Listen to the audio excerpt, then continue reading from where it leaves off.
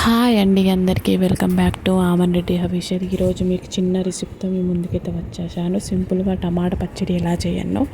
ఏం లేదండి, ఒక 4-5 టమాటాలు తీసుకొని కొన్ని కారం ఉన్న పచ్చిమిరపకాయలు తీసుకొని మంచిగా నూనెలో వేగియాలి. ఫస్ట్ ఆఫ్ ఆల్ వేగించిన తర్వాత మంచిగా నూనెలో వాటర్ అంతా వెళ్ళేటట్టు పోయిన తర్వాత మంచిగా నూనెలో గోలిన తర్వాత వాటిని మన మిక్సీ గిన్నెలో వేసుకోవాలి.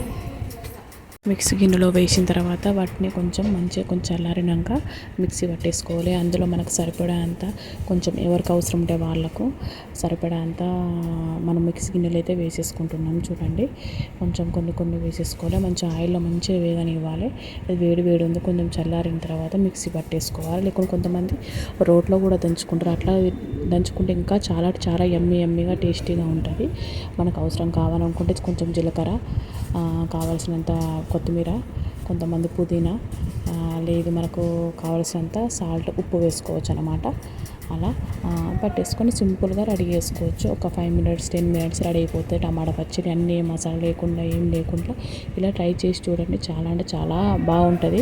ఒకసారి నేను కూడా ఫస్ట్ టైము వేరే వాళ్ళని చూసి నేను చేశాను అన్నమాట. చాలా అంటే చాలా బాగుంది.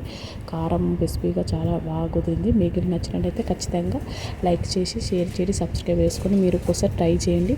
మీకు కూడా ఎలా అనిపించిందో కింద కామెంట్ సెక్షన్లో కామెంట్ చేయండి.